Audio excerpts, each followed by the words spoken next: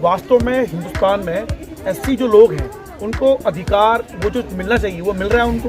मुझे बताइए क्या कभी ऐसा दिन भी आएगा जब आरक्षित सीट के अलावा भी कोई एससी जो ईमानदार नेता होगा किसी भी पार्टी का वो चुनाव लड़ेगा आरक्षित सीट के बिना भी? तो ईमानदारी से जवाब दीजिएगा, आपने कभी इस उत्तराखंड में छुआछूत महसूस किया है? आपके साथ आपकी जाति के कारण आपको ऐसा महसूस कराया गया कि आप एससी समाज से हैं? ईमानदारी से जवाब ने कहा कि इस समय बताइए बीजेपी की सरकार उत्तराखंड में वो जीरो टॉलरेंस पे काम कर रही है। यहाँ ईमानदार डीएफओ थे कुंदन कुमार जी, 3 महीने में ट्रांसफर कर दिया उनका और मुझसे पहले कह दिया कि खंड माफिया उनका ट्रांसफर करा के रहेंगे। तो किस बात का जीरो टॉलरेंस? सवाल से हट, क्योंकि आपने दावा किया कि जीरो टॉलरेंस की सरकार है और आप एक बहुत बड़े पद में प्रदेश अध्यक्ष के पद में है, क्योंकि उसकी चोट आप पर भी आएगी, लोग आपको भी ताने कसेंगे। आपने मुझे दर्शन शास्त्र पढ़ा दिया लेकिन मेरा जवाब अभी तक नहीं दिया कि जीरो टॉलरेंस सरकार अगर वास्तव में है तो क्या वास्तव में एक ऐसे अधिकारी का 3 महीने में क्या संगठन और सरकार कभी समन्वय समिति बात करते हैं एक दूसरे से? ये पूछ रहा हूँ। तो ये चंद सवालों की झलकियां सुनी आपने जो मैंने पूछे हैं समीर आर्या जी से, जो इस समय भाजपा प्रदेश उत्तराखंड के अनुसूचित जाति मोर्चा के प्रदेश अध्यक्ष हैं। वो इस छोटी सी उम्र में प्रदेश अध्यक्ष बनाए गए हैं। समीर आर्या जी, प्रदेश अध्यक्ष अनुसूचित जाति मोर्चा उत्तराखंड। भारतीय जनता पार्टी ने बहुत सोच समझकर एक ऐसे व्यक्ति पर दांव खेला है और वो उस पर खरे भी उतर रहे हैं। उसका सर्वोत्तम उदाहरण यह है कि अपने बस्ती संपर्क अभियान के तहत वो उत्तराखंड के पहाड़ी इलाकों के उन एससी समाज के लोगों से मिल रहे हैं और उस अंतिम व्यक्ति से मिलने की कोशिश कर रहे हैं जो राजनीतिक रूप से जिसको लाभ शून्य मिला है और जिसका सामाजिक दायरा भी बहुत कम है। तो ऐसे व्यक्ति पर भारतीय जनता पार्टी पर भरोसा बनाए रखने के लिए वो उन इलाकों का दौरा कर रहे हैं जहाँ पे भारतीय जनता पार्टी कोई वोट नहीं लेके आती है। तो ये उनका मापदंड है, ये उनकी योग्यता है जिसके कारण वो उस गली गली के इलाके में जा रहे हैं। उनको आपने सुना है, उनसे अनौपचारिक बात करते हुए एक बात उन्होंने करी कि जब मैं बागेश्वर की यात्रा पर था अल्मोड़ा जिले के, तो मैंने वहाँ के वो इलाके ढूंढने की कोशिश की अनुसूचित जाति के इलाके जिन्होंने कभी भी भारतीय जनता पार्टी को वोट नहीं दिया है। तो वहाँ पर मैं गया हूँ और मैंने कोशिश ये की है कि जितने भी अनुसूचित जाति के लोग हैं जो अपने को कमजोर समझने की भूल कर रहे हैं उनको भारतीय जनता पार्टी ही एक उचित मुकाम पर ले जा सकती है। और मैंने शुरू से, मैं जब से उनको प्रदेश अध्यक्ष बनाया गया है उनको मैं फॉलो कर रहा हूँ समीर आर्या जी को, और जो उनकी शैली है और जिस तरीके से वो आगे बढ़ रहे हैं और उनकी जो सोच है वास्तव में अनुसूचित जाति के लिए एक योग्य नेता है जो अपनी जाति के लोगों को बढ़ा सकते हैं और साथ में उत्तराखंड के बाकी जातियों के साथ समन्वयता के साथ। तो इस तरह के नेता उत्तराखंड के लिए नहीं पूरे देश के लिए बहुत उपयोगिता सिद्ध हो सकती है, अनुसूचित जाति की संभावनाओं के मद्देनजर भी और राष्ट्रीयता के भाव के साथ भी। फिलहाल उनके इस इंटरव्यू को पूरा सुनिए। कुछ सवालों पर उन्हें मैंने घेरने की कोशिश की है, वो घिरे भी हैं लेकिन अपनी वाकपटुता से वो बाहर निकल के आए हैं। यही है समीर आर्या जी। मैं उनको उज्जवल भविष्य की शुभकामनाओं के साथ इतना जरूर कहूंगा कि अपने मिशन पर आप ऐसे ही आगे बढ़ते रहिए।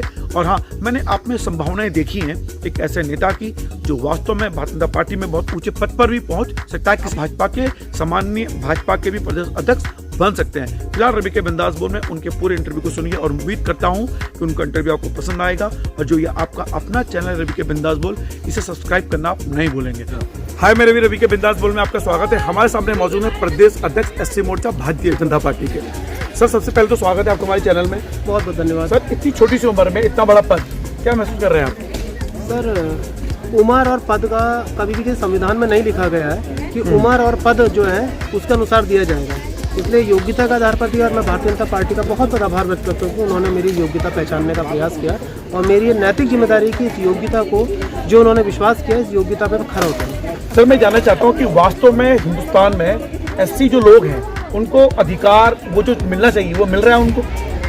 देखिए, अनुसूचित जाति को जो अधिकार मिलना चाहिए इन 70 वर्षों से अगर आप कंपेयर करेंगे 2014 से लेकर आज का भारत 2022 का जो भारत है उसमें अगर अनुसूचित जाति की चिंता करेंगे तो आपको स्पष्ट मुझे कहने की आवश्यकता नहीं है। आप देश के महामहिम राष्ट्रपति महोदया को देख लीजिए, इससे पूर्व राष्ट्रपति महोदय को देख लीजिए, चाहे देश के हमारे प्रदेश की गवर्नर महोदय को देख लीजिए, अन्य उनकी वो देख लीजिए। इस वक्त सिर्फ देश के प्रधानमंत्री और प्रदेश के माननीय मुख्यमंत्री जी ने सिर्फ एक संकल्प ले रखा है, वो है अम्बेडकर का भारत बनाना और अम्बेडकर का स्वर्णिम भारत बनाना। और जिस दिन अम्बेडकर का स्वर्णिम भारत होगा, इस देश में जो आज आप मुझसे बात कर रहे हैं अनुसूचित जाति की, इस देश में किसी भी जाति में भेदभाव खत्म होगा, समरसता का भाव होगा। सर, मुझे बताइए क्या कभी ऐसा दिन भी आएगा जब आरक्षित सीट के अलावा भी कोई एससी जो ईमानदार नेता होगा किसी भी पार्टी का, वो चुनाव लड़ेगा आरक्षित सीट के बिना भी।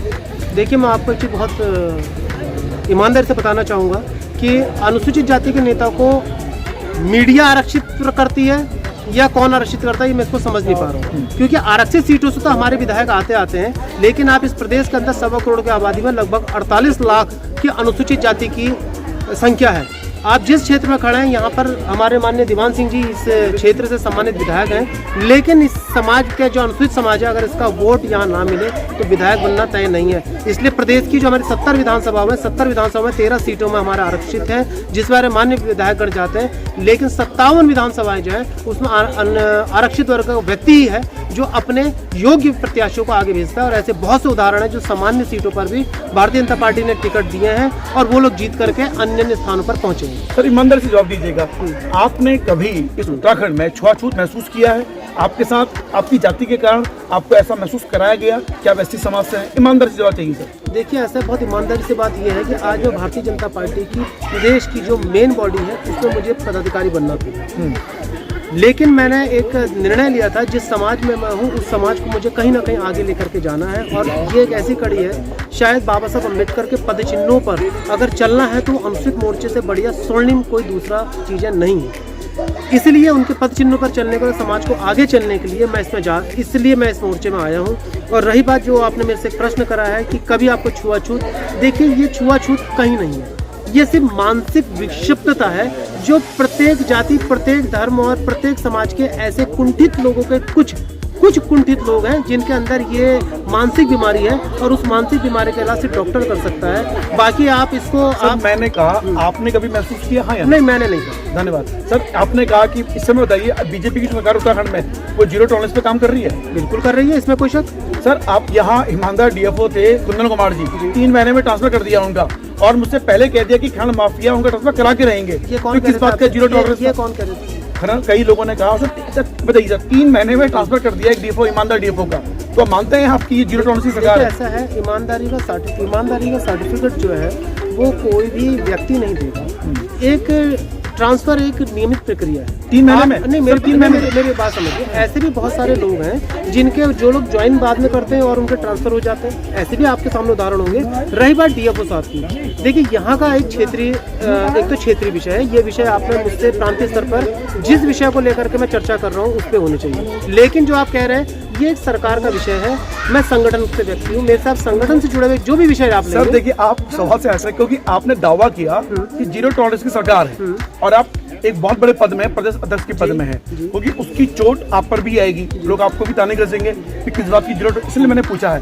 हाँ, आप ही कह सकते हैं कि जवाब देने के मैं नहीं, ऐसा नहीं है, नहीं है कि मैं उस पर ईमानदारी की बात करूं। नहीं, देखिए ऐसा है, आप अगर मेरे मुंह में शब्द डालेंगे तो ऐसा मैं नहीं, मेरी बात समझिए, आप यदि मेरे मुंह में प्रयास करेंगे शब्द डल जाए तो मेरे ख्याल से समीर आर्य बहुत मुश्किल हो जाएगा। एक बात। और रही बात दूसरी, बहुत ईमानदारी से आपको बता रहा हूँ, ये सारी चीजें एक प्रक्रिया है। क्या इस प्रदेश में पहला ऐसा ट्रांसफर है जो 3 महीने में हुआ है? पहला ऐसा नहीं, सुनिए, ये पहला एक ऐसा ट्रांसफर है, जिसको जो भारतीय जनता पार्टी के, इससे पहले कांग्रेस के टाइम पे नहीं हुए, जो व्यक्ति, मेरी बात समझिए, जिस व्यक्ति को जिस योग्य सरकार समझेगी, मेरा कार्य और सरकार का कार्य 2 अलग-अलग विषय, आप इनको जोड़ने का प्रयास ना करें। एक बार मैं स्पष्ट कहूंगा, भारतीय जनता पार्टी संगठन और भारतीय जनता पार्टी सरकार 2 अलग-अलग विषय है। बिल्कुल। यदि ये सरकार का विषय है, आप सरकार में मुझे सुझाव दे सकते हैं कि ऐसा क्यों हुआ, तो उस विषय में मैं बात कर सकता हूँ, ठीक है।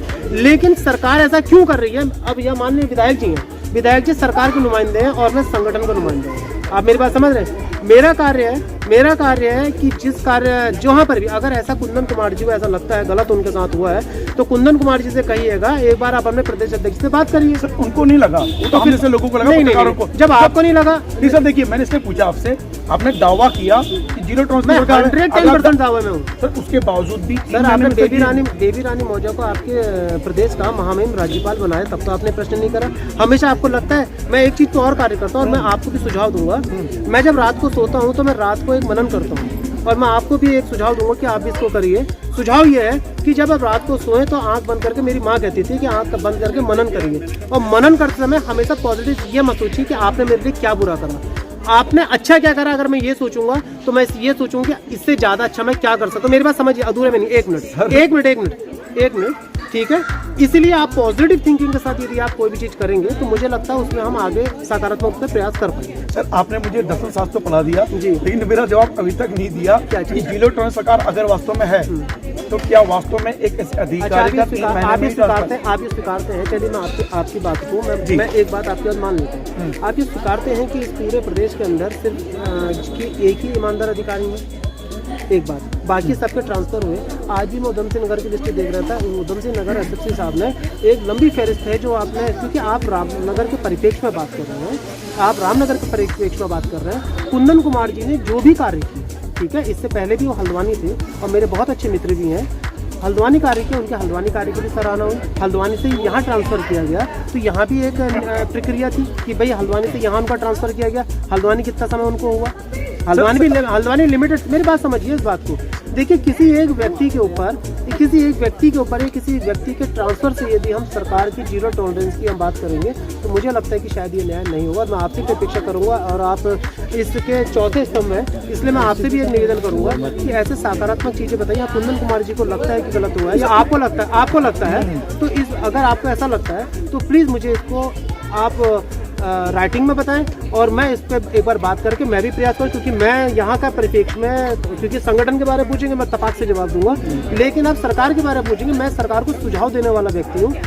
सरकार की इम्प्लीमेंटेशन जो है वो सरकार का। अच्छा, मैं संगठन के बारे में बात करता हूँ सर। ये जब आपको जैसे संगठन के चुनती है बीजेपी, और वास्तव में बीजेपी की इस मामले में बड़ी तारीफ करता हूँ मैं, और मैं ये कहता भी हूँ कि कांग्रेस को या अन्य दलों को सबक देना चाहिए कि 2024 की चुनाव के लिए अभी से तैयारियां शुरू हुई हैं और बीजेपी बहुत ईमानदार कोशिशें करती है। आपने अभी बोला था कि चुनाव नहीं है फिर भी आपको की बैठकें चल रही है। वास्तव में बीजेपी की जो संगठन है ये एक प्रकार से लोगों के लिए आईना है।